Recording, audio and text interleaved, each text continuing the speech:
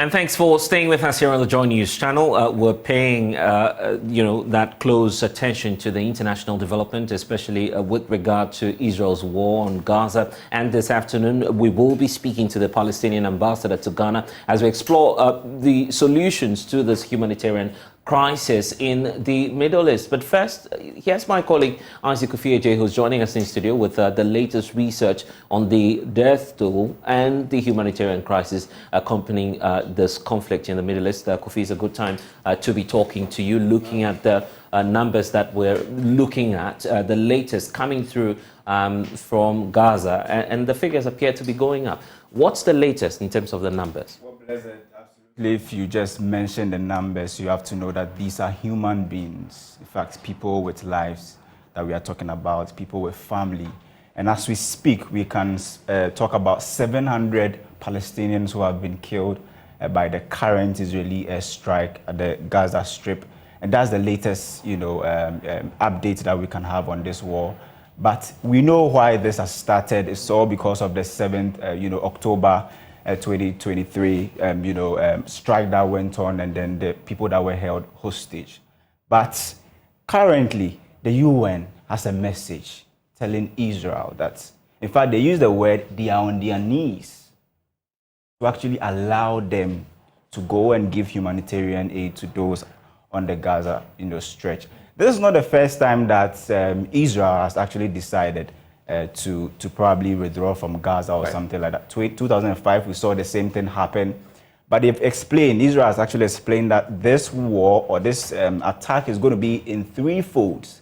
We are seeing probably the first one. The first one that we are seeing is their mandate, or their target is to attack key infrastructure of Hamas. That will be the first stage. The second stage will be to attack the lower intensity areas where they said they want to eliminate, the terrorists, their hideouts, and all of those things. And the last one will be to withdraw from Gaza for life. So Israel is saying that that will be their last stage. And after that, they're going to withdraw from Gaza for life. The latest statements from the UN Secretary General is stoking tension. Israel saying that they do not accept his position on the matter, stating that the conflict did not happen out of a vacuum. Why is that becoming a major debate on the international? Well, I think Israel is now, tagging that statement from Antonio Guterres that it is to say that he is supporting what they say is terrorism or terrorist attack, and that they are not calling for his resignation. They say they don't want anything to do with Antonio Guterres. They want him to resign because his comments, Israel feels, it looks as if he is actually, supporting the act that went on 7th October that had about 1,400 people killed in Israel. And now we know that the Republic of Ghana also is having a say on what's happening in the Middle East, simply because, one, we're serving on the non-permanent seat of the United Nations. What has been our position, our country position, on where we stand, given this whole tension? Well, I'm sure you all know that there was a chance to vote, and then we decided to stay neutral. But if you listen to the president, you know where our position is. I don't need to say it. But what is important here is that we are talking about humanitarian, human lives being lost. And so it's up to the two parties to come to a negotiation table, and we see how this war will be resolved. Because whether you take a stand on Israel or, Palestine or Hamas side, what is important is that innocent people are actually losing their lives. And as we speak, hospitals in Gaza are not able to work because they can't have access to electricity. And these are people who probably did not do the attack on October 7th, but innocent people are actually being affected. The 700 people who just got killed 24 hours ago, I'm not sure they were part of the attack that went on October 7th. Well, all we're looking for is solutions. And Isaac, thank you for joining us with the latest on this. Is the reason for which I want to speak now to Abdel Fattah al-Satari, who's the Palestinian Ambassador to Ghana, joining us in studio now to have a conversation on this whole issue. As we know, it's unfolding, and it's a great pleasure to be talking to you, sir, joining us in studio as we also monitor the interventions from the United Nations to try and bring lasting peace to the Middle East. First of all, your comments on the controversy surrounding the comments that the UN Secretary General made. He says that this conflict did not happen in a vacuum. Some say that's to the effect of defending terrorism. Do you see it the same way too? First of all, thank you so much for inviting me. I'd like to thank all the Ghanaian people who stand by our side. I'd like to thank the government of Ghana about all this support to the Palestinian people.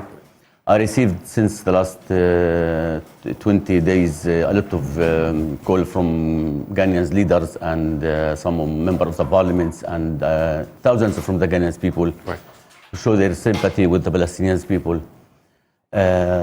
I want to say something in the beginning. This conflict did not start on the 7th of October. Some people like to say that Hamas attacked Israel on that day, because of that Israel attacked Palestine. The conflict did not start on the 7th of October. The conflict started when Israel started to occupy my people and my country and our lands. From 1967 to now, 100,000 from my people killed by the Israelis. And this is not the first war, as your friend said, against Gaza. You know, in 2014, Israel killed more than 2,650 from my people. And 5 of them was children. I cannot understand. Those children attacked Israel with the rockets. The children entered the border and attacked the Israeli soldiers and the settlers inside Israel. In that war, 2012, the Israelis killed more than 700 from my people. And Israel attacked Gaza, not Gaza attacked Israel. In the war 2012, the Israelis killed more than 700 from my people. In the war 2014, they killed more than 2,000 people. And they destroyed more than 100,000 houses to the people. So this conflict did not start in the 7th of October. And we should talk only if we want to understand what's happening in Palestine. The conflict, not between Hamas and between Israel. Maybe some people like to say it like this, but the conflict between all the Palestinian people, all the Palestinian people in the West Bank, in Gaza, the people who's lived, Israel transferred them from their housing from 1948 and 1967, and they cannot back to their housing. Israel think in that time that my people, the older will forget Palestine as their state, and the older, will die, and the young boys will forget their country. This did not happen at all, and will not happen, because the father teaches their children everything, the history about Palestine, and the geography about Palestine, and everything about this conflict. And believe me, now our children know information about this conflict more than us. About the General Secretary, he talk because he know exactly what's happening in Palestine. He know exactly what's happening in Palestine. And he tried to say the truth yesterday. And he said the Palestinian people did not do, in the 7th of October, did not do something against the Israelis. This did not come like this. Yeah, but when you say that, that's where, of course, you open up the conversation as to where the source of this latest war is coming from. The Israeli officials, the Prime Minister Benjamin Netanyahu, pointing out clearly that this is a war on Hamas, a terrorist organization as they are describing it. Okay. Why are you failing to admit the fact that indeed there was an attack on the 7th of October? Do you think 3,250 children killed in Gaza when Israel bombing their housing, children and women, these children Hamas? Do you think when they bombing the house and they killed 30 people inside the house, from the father to the children, all of them families, those people Hamas? How many members of Hamas they killed to now? How many? But are you not picking and choosing? 20, the call is that you need to condemn the activities of these extremists. When the Israelis condemn all the war crime, they did it against the Palestinian people. All the Palestinian people will condemn what they are doing, what anyone doing against them. So, listen to me. Since the last only this year, how many times the settlers inside Hawara, Nablus, Tulkarem, Jenin, and they leaving the settlement, and the Israeli soldiers behind them, and they go to our villages, and they start to burn anything in their way, and pit my people, and destroy anything, and burning the cars of my people. And when the Palestinian people start to attack the settlers with the stone, the Israeli soldiers come and arrested them. This is apartheid. That's how you're describing this? This is apartheid. This is apartheid. When you allow to your people to enter the Palestinian places and kill them, How many settlers they arrest after they killing the Palestinian people? How many? They don't arrest anyone. Right. Anyone. We're looking for solutions now, and I guess it was part of the attempts for which we saw the UN Secretary General comment on this matter last night. The point now about the way forward. A lot of the members of the international community asking all parties to go back to the two-state solution. We've also seen a statement from the Ministry of Foreign Affairs and Regional Integration pointing out that, first of all, Israel remains that right to defend its territorial integrity. You agree on that point, first of all? Okay. My brother. The problem, not now, not who's condemned this one or condemned this one. Mm-hmm. Now, there is very big crime war against my people in Gaza and in the West Bank. You know, in the West Bank, there is no Hamas, this Fatah. Fatah, this political party, following to our president. Mm-hmm. From 7th of October to now, they killed 100 from my people. They're stealing the money of our authority, the water, the lights, everything. They're stealing the lands every day from the people and building of illegal settlement in the West Bank. The Israelis don't want anyone from the Palestinians to be there. Okay, the second point in that statement from the Ministry of Foreign Affairs and Regional Integration says that all the warring factions, both from the Palestinian side and the Israeli side, need to come to the negotiation table. Our opinion That's right. is being communicated as a country through that statement. What's your response to that? Do you agree to open up talks between two parties so there's a solution to this? We did it before, you know. Our former president, Yasser Arafat, signed with them agreement in Oslo in 1993, right? Yeah. And according to this agreement, the Israelis should leave all the lands, the Palestinian lands, which occupied in 1967, according to the international law. If we have one international law, this is the international law. The land which occupied in 1967, it is Palestinian lands, including East Jerusalem, the capital city of the Palestinian people and the heart of the Palestinian people. What's happened in Israel and what's happened in Palestine? You know what's happened? All my people go to the street and organizing very big demonstration, support to this agreement, because we start to feeling we have hope. Maybe after 5 years, we will not see the occupier on our lands. They will leave our lands and we can living together in peace. In the other side, the Israelis start to organize very big demonstration against the agreement. And you know what's happened after that? One from the Israelis people, his name is Igal Amir, he shot the Prime Minister of Israel and he killed him. After he killed him, he killed the peace process between the Palestinians and the Israelis. And to now we are suffering. The Israelis and the Palestinian people, they are suffering. You know what's happened if according to this agreement, the Israelis leave our land and this your border, here my border, your people here, my people here. We will living together more than 500 years. We will living together. So my people went to the street, supported this agreement. The Israelis went to the street against this agreement. And they killed their prime minister and killed the peace process. Okay. That's what's happened. The reason for I support. Mm-hmm. You support the two-state solution. You support that. My brother, mm-hmm. We are human. Right. We are human. You understand? Mm. And we have one blood and one color to our blood. I don't like to see anyone killed from this side or this side. Mm. But if you want to check for solution to all the people, the Palestinian people, the Israelis, the Arabs people, the Middle East people, we should start to check for solution. You find your dignity, mm-hmm. and the other side find his dignity. I see. You understand? Okay. I need to point out that our former Deputy Foreign Affairs Minister Emmanuel Bombande is also joining the conversation. Bring him in soon. But the reason for which we're having the conversation now is because of the international repercussion of what's happening between Israel and Palestine. There's a religious undertone to this. I recall just days ago, last week in fact, I was speaking to the coalition of Muslim groups in Ghana. Mm-hmm. The intent is to stage protest in support of Palestine.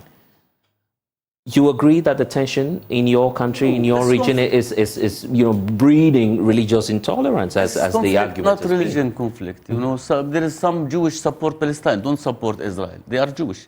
In America and Jerusalem, some of them in Jerusalem, you know. This conflict, not religion conflict, this political conflict. You know, in Palestine, we are Muslims and the Christians. We are living together. Bethlehem, Palestinian city, right? Palestinian city. All the people who's living in Bethlehem, they are Palestinian. There is no one Israeli family. 90% from the people in Bethlehem, they are Palestinian. 10% Muslim. They are living together. So look why they attacked the two churches in Gaza, the Israelis, and they killed some people there. Why they bombing the hospital? You know the hospital? It is a Christian hospital, Mamadani Hospital. This hospital is a Christian hospital, not Muslims hospital. And they built it before 140 years, before the establishment of Israel. You know what's happened with one of the Palestinian women? Her children were sick. She take him to the hospital. And the doctor asked her to go from outside to buy small medicine for him. When she go out, the Israeli bombing the hospital. When she back, she said, I did not find the children. I did not find the doctor. I did not find the hospital. Of course, these attacks have been condemned. We've been seeing U.S. President Joe Biden condemning the attacks on the hospital. But the point about the religious infiltration into this, you're not tackling conflict. That. You're not tackling that the possibility of the ripple effects of what we're likely to see, radicalization of the youth groups, people who sympathize with Palestine on religious grounds. That's a threat to national security, I was told, by the coalition of Muslim groups in Ghana. No. The conflict, not religion conflict. Believe me. Are you not underestimating the effects of this? I'm honest with you. The conflict, not religion conflict. It is a political conflict, Because of that, the Muslims and the Christians in Palestine, they are together, they are living together. And when they attack, listen to me. Now, when they ask my people, I want all the people to know. Right. When they ask the people on the phone, leave your house. Where the people will go? The mosques, the church, the hospital, and the schools. The Israelis attacked Muslims and the Christians in the mosque, in the church, in the schools, and in the four places. They attacked them and they bombing them. This conflict, not religion conflict, not between Muslims and the Jewish. No, our religion, I am Muslim. Don't ask me to hate anyone because of his religion. I believe with the Jesus. In my Quran, I believe with the Jesus. And the Christian people, my brothers. When I arrived to start my work in the embassy, I told my staff, please, if you are Muslim, in the mosque. If you are a Christian, in the church. Outside, we are brothers. Don't talk about the Christianity or the Islam in the embassy. And when I meet all my brothers and sisters, the Ghanaian people, I talk the same. We are brothers. The Muslims and the Christians in all the world should be brothers. Your religion asks you to be my brother, and my religion asks me to be your brother. Some people has the worst culture in the world. When he talk about his brother, the Muslim or the Christian, bad or in bad words, So the relation in Palestine, between the Muslims and the Christians, we are one family. The conflict between the Palestinian people, Muslims and the Christians, against the occupier of my land. I do not hate the Israeli because he's Israeli. I cannot hate them or attack them or do anything against it. But if anyone come to occupy your country, what you will do? You. That's an interesting. You will fight about. I know. You will fight about yourself. Yeah, you have to defend your integrity, territorial integrity. Just hold on for me. Let me bring in our former Deputy Foreign Affairs Minister, Emmanuel Bombande, who's also a peace resolution expert. And he's joining us via Zoom now. Thank you, sir, for spending some time with us. Good to have you with us. You've heard from the Palestinian Ambassador to Ghana, and he's advanced a number of points, also acceding to the call by the Ministry of Foreign Affairs and Regional Integration that they are indeed committed to negotiations, coming to the table and having a peace talk. But do you see that happening anytime soon? First of all, let me express my warm greetings to you and extend it to His Excellency, the Palestinian Ambassador to Ghana, and to respond to your question by simply making a few observations. If you look at your prelude, it's very important for us to understand that when we are talking about the conflict between the Palestinians and the Israelis, what we in Ghana understand is not about which side you are taking sides with or supporting, but what is absolutely clear is whether we are in support of justice and international humanitarian law and the Charter of the United Nations, out of which all the resolutions related to the Palestinians and the Israelis have been passed. If you look at it this way, you are able to avoid the polemics, such as whether there is religion in it, such as who preceded whom on that land, and all the history. It's completely then irrelevant. And that is why, let me make this. First of all, you were making reference to the statement from our Ministry of Foreign Affairs. Let me be emphatic. Our lowest point as a non-member state of the Security Council, our lowest point during the 2 years, which will end December 2023, was when we abstained in the Security Council from voting for a humanitarian pause in the Security Council last week that will now facilitate the delivery of humanitarian support to the Palestinians in Gaza. I thought that was the lowest point because we were abstaining, basically interpreting that to mean we did not even appreciate the magnitude of the humanitarian crisis that has resulted from the sustained bombings of Gaza, including ordering the people of Gaza to move to the south, where the Israeli army promised them safe haven, but whilst the people were moving to that safe haven, they kept on bombing. And that is why I personally, as a former Deputy Minister of Foreign Affairs, that day I bowed my head in shame. Why? Because all of us who serve Ghana in the capacities of privilege must always look at the coat of arms of Ghana: freedom and justice. There cannot be a solution going forward, as you are asking, when we do not bring into the Palestinian and Israeli question justice and fairness for all, in order that all of them will have freedom. And it is for this reason that the Secretary General of the United Nations, who speaks for the voiceless, spoke with the courage and the conviction that whereas we disagree with any act that kills anybody, we must put that in the perspective of a solution that is long-term and that is grounded in justice and fairness for all, both the Palestinians and the Israelis. So the security of Israel can never be linked with the security of the Palestinians. And when you say this, are you not subduing the conversation around the latest attack from Hamas? Because that's a point where the Israeli authorities have been standing on to declare this latest war. My good friend, I appreciate your question, but it is exactly the reason why Secretary General Antonio Guterres made his remarks, for which, for obvious reasons, he's been attacked. What did the Secretary General say? The Secretary General is saying that the 7th October attack, whereas it is condemnable, we must understand it in context. That when for 56 years, the Palestinians have been besieged, they are under oppression, repression, and suffocation. You create a condition that now leads to the emergence of a militant group called Hamas. So if we don't want that militant group to continue the activities that we condemn, we must go back and address the Israeli-Palestinian conflict from its roots. And that root has been addressed.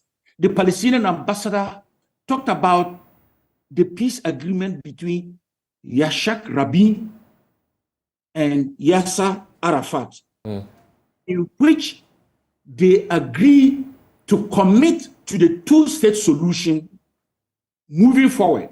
And that is why Jerusalem would continue to become our spiritual symbol of the three Abrahamic religions: Muslims, Christians, and Jews. Now, who was more extremist? The people who killed Prime Minister Rabin were even more extremist than than Hamas. Let me repeat. Those who killed Prime Minister Rabin of Israel were more extremist than Hamas, because not only did they kill Rabin, but they killed the peace process. Yeah. Why did they kill the peace process? Because some right-wing politicians in Israel want to continue to have their way. And what is that way? The continual suffocation, oppression, and subjugation of the Palestinians. But what they forget, is that whilst you do that, peace becomes distant, impossible to achieve. So let's go back to the Security Council resolution that has clearly articulated, affirmed a two-state solution, so that side by side, the Israelis and the Palestinians can have peaceful coexistence. But who is the one refusing to respect the implementation of the Security Council resolution? I don't need to answer that. And of course, it's the reason for which I want us to move into that leg of the conversation, the kind of solidarity message we're seeing from some leaders on the African continent. And I'll come back to you, Mr. Emmanuel Bande, on your thoughts on why Africa is getting involved and the posture we're getting from some African leaders. I recall the South African President Cyril Ramaphosa announcing his solidarity for Palestine and talking about how there's occupation in your land. But our president has commented on that too. He believes that there's support now for Ukraine and for Israel. He spoke in the United States of America. When you hear such statements, what's your response to, the Ghanaian authorities, those who make such statements about declaring support all out for the Republic of Israel? Now, some countries, first of all, I'd like to thank the Deputy Minister of Foreign Affairs. Thank you so much, my brother. Why some people, no, I do not ask why. Some people stand by the side of Ukraine because Russia wants to occupy or take pieces from the land of Ukraine, and they're against the occupation. They call it occupation, and they're against the occupation. And they send to Ukraine the weapons, the money, everything, okay? What's about the Palestinian people? We are under the Israeli occupation 75 years now. And my people don't want anything from the world. Only we are looking for freedom. I don't like anyone to control my life. I don't like anyone to control the smile on my children when he woke up from his sleeping. We don't like anyone to control our agriculture, our water, our lights, our life, and everything. One day, I saw it on the YouTube. One from the Israeli soldiers. She came from America. Her father and her mother teach her the human rights. But she come to work with the Israeli soldiers. One day she asked the soldiers to go and do checkpoints, but not in Gaza and Hamas, okay, in the West Bank. They asked the soldiers to do checkpoints between Palestinians' two villages in the evening. And they put the checkpoints to the morning. In the morning, she asked her boss, why you would put these checkpoints between the Palestinian villages at this time? You know what he said to her? I hear this lady, this soldier, Israeli soldiers too. He told her, we want to do their life very difficult, to leave their housing and leave their lands. After that, she left Israel and she back to America. My brother, in the West Bank, there is more than 400 checkpoints between our villages and our cities. When the Israelis is stealing our lands, they're stealing the lands between our villages and our cities. How we can establish our state if they are continuing like this? The Security Council asked them to stop their building of the settlement, and they continue. You know what they're doing? I want to say something. They signed the agreement with us when they're right hands, and they continue stealing our lands and killing my people with the left. Okay, so what sort of solidarity are you looking for from world leaders, including our leaders here in Africa as well? What's your direct message to African leaders who are beginning to take sides on this matter? Ghana stand all the time by the side of justice and the human rights and the international law. And Ghana, the last 7 years, they vote with us on the UN. The last 7 years. And they vote with Palestinian people in the Human Rights Council. Because I think I'd like to thank the President of the Republic of Ghana. He knows the international law very well, and he stands all the time with the justice. I'm sure 100%. You know, what we need from the Ghanaians people or from the African people, our message to all of them. All of us open the TV and see the news and see how our children killed on the streets and inside the housing and inside the hospitals and inside the schools.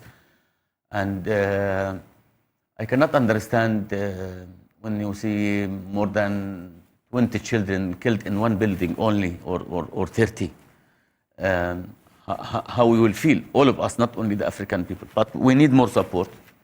We need to do everything to stop this war against the Palestinian people, and to talk with the Americans and the Europeans all the time about the self-determination to the Palestinian people.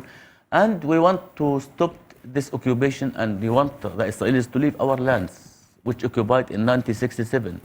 In this, the only solution for this conflict, the only solution, there is no peace in the Middle East at all, if without the establishment of an independent Palestinian state on the land which occupied in 1967, including East Jerusalem, the capital city of the Palestinian people, according to the international law. Okay, let's round off on the point about the reforms necessary to improve and empower the United Nations Security Council, which is a key player in bringing about resolutions at this time round. And that call has been made by many African countries, the need for reforms to the UN Security Council. The belief is if that reform had was brought to bear, by now the Palestinian people, if indeed your case is as genuine as it should be, would have had solution to your problems by now.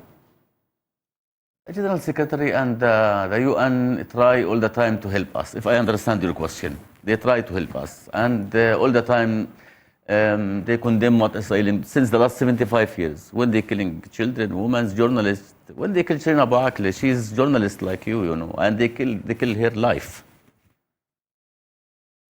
Maybe if this happened in any country in the world, they will arrest the soldiers who's killed here. Israel said not a soldier, and then they said he's one from our soldiers, and they don't do anything for him, because when he killed her, he wanted to kill the truth. Shirin Abu Akleh is a Christian journalist. She's not Muslim, Christian. She's not Muslim journalist, and she living in Jerusalem, and she has the American passport. She's Palestinian, and they killed her. So I think the UN can do more to the Palestinian people, and we need more from all the countries in this world. We want only my people to living in peace on their lands. We don't want to fight with anyone. But the Palestinian people defense about themselves according to international law. If anyone occupied any country, the people have the right to defense about themselves. The attempts to get humanitarian assistance through to Gaza now has been a challenge for the Council. The last attempt by Russia to table a resolution had unsuccessfully failed, as we know. The Republic of Ghana took a side on that. We abstained. We've just heard from Mr. Bombande talk about the point that we should have demonstrated our level of support for the Palestinian people through that draft resolution. Do you feel that the Republic of Ghana failed at least to show brotherly love to the people of Palestine by abstaining at that point? Yes, I have very big support from the Ghanaian people. Very big. I told you, a lot of leaders in Ghana, I will not mention the names, but a lot of leaders, parliaments, they call me to show their support and their solidarity to the Palestinian people.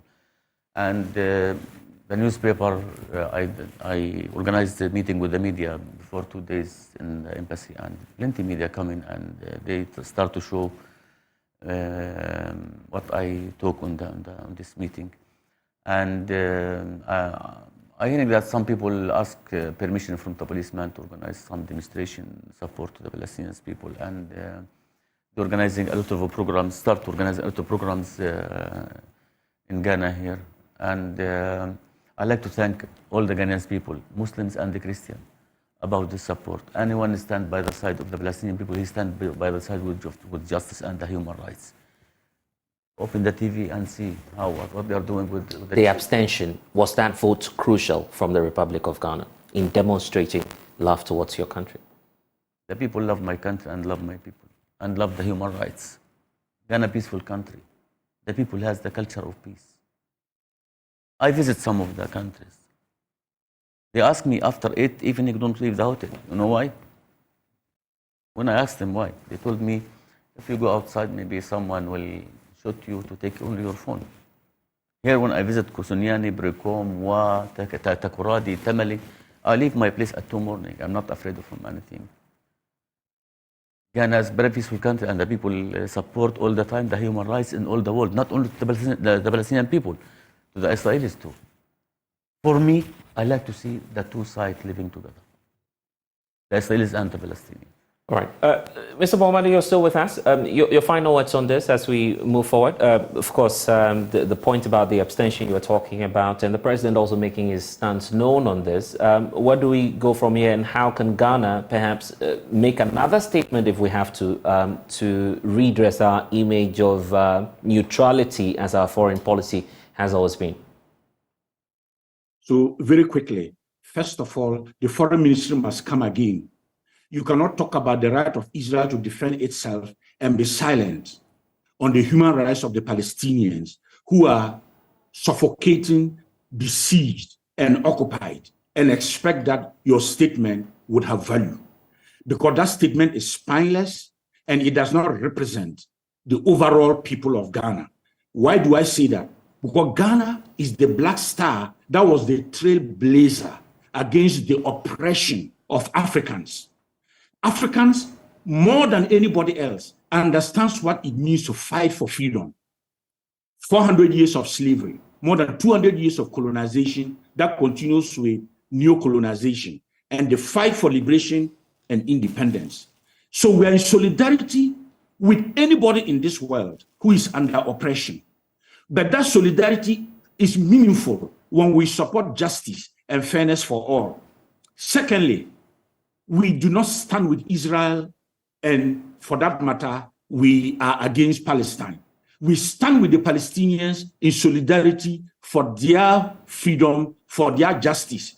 And the only way we can now meaningfully support Israel is in our preventive diplomacy to convey to Israel that their security is linked and interconnected with the security and the respect of the human rights of the Palestinians. That's the second point I wanted to make. And the third point, which basically you asked me to wrap up there. Number one, there are 2 different resolutions currently before the Security Council. 2 of them are calling for a ceasefire. We are watching whether we are going to support the ceasefire or not. Ghana cannot be part of the people in this world who do not value the lives of the Palestinians.